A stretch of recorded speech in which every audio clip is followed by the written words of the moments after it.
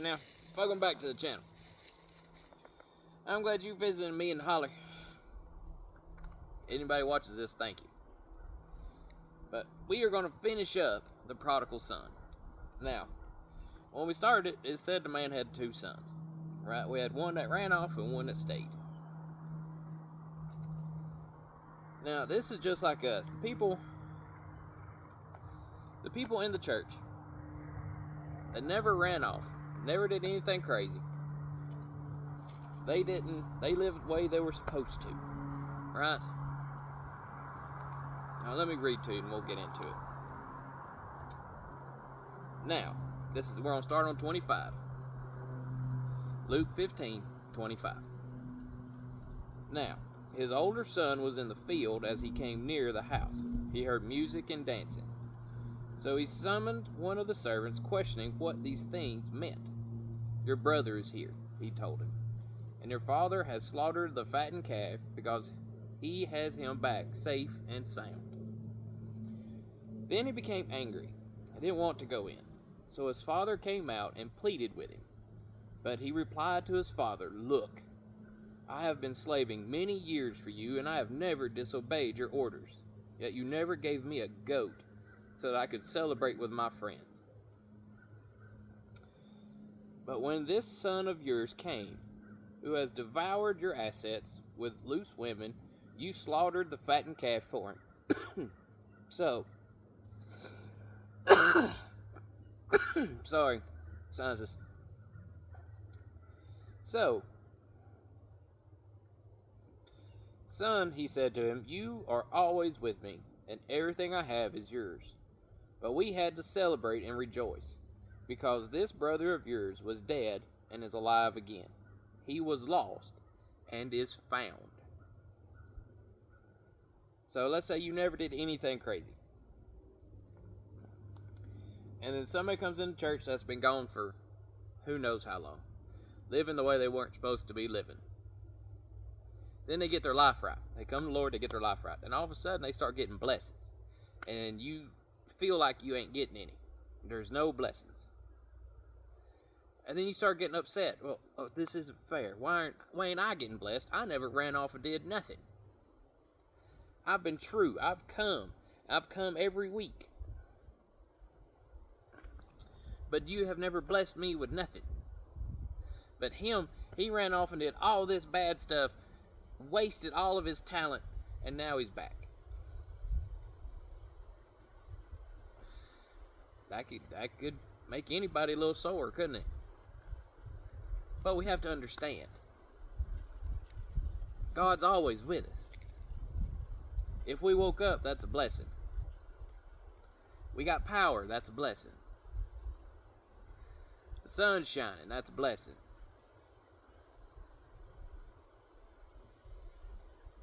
There are blessings in our life that we don't take accountable for. But we have to understand, when we were lost and we came to the Lord celebrated just as much as when they came. Because we're all important. We're all the same size. Doesn't matter how much money you got, how much land you got, if you done good, you done bad. We're all important to God. We're all important.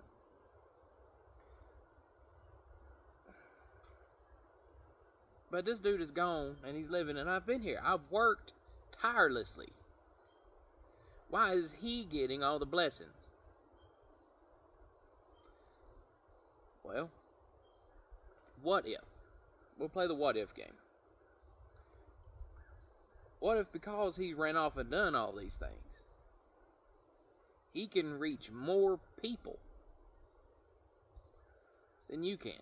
He can reach those people that are still going through those things. It'd be harder for you to reach those people. You have to live a certain way to reach people that still live that certain way. We can be as understanding, loving as we can be, but we don't know what they're going through. We can never know what choices somebody has. We just see what they choose. Right? All we can do is love God and know that He has a plan. And it's not our place to know the plan. We are here to celebrate anyone and everyone that lives for and works for the Lord.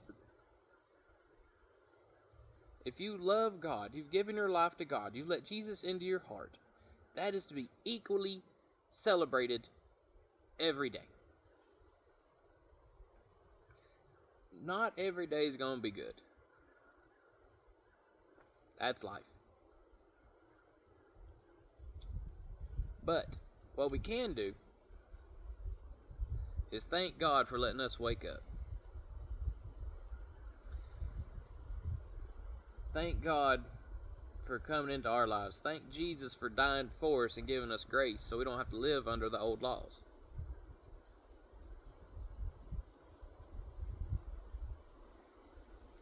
Just because you see somebody getting blessings, don't get all butthurt because you ain't getting the same thing. Because God has blessed you this way, and He's blessing this way.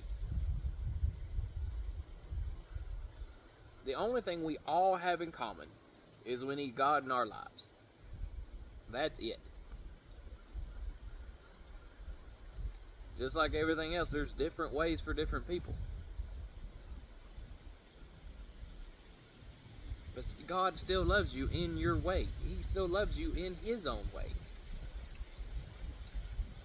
We're not all the same. And how boring would it be if we were? Because look here, I'm just an old boy from the mountain, down in a holler.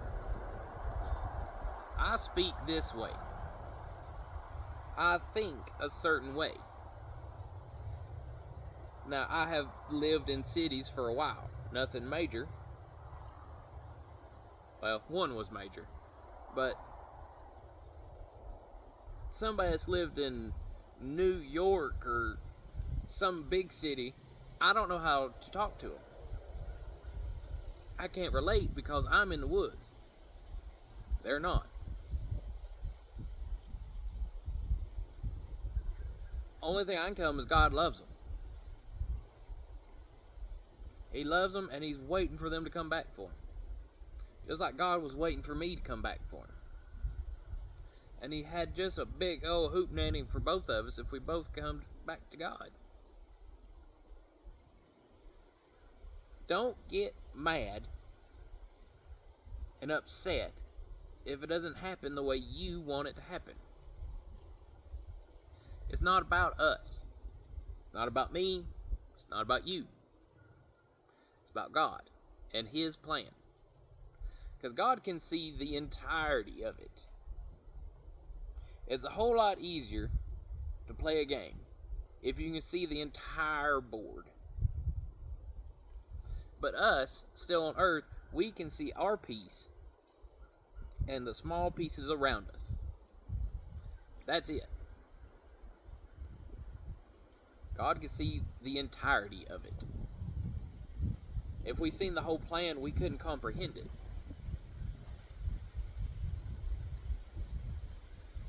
Just understand, love God, trust in Him, trust in the process, and don't get upset when it don't happen the way you want it to happen. Because it will happen in His time the way He wants it to happen. Just remember, God loves you. I love you.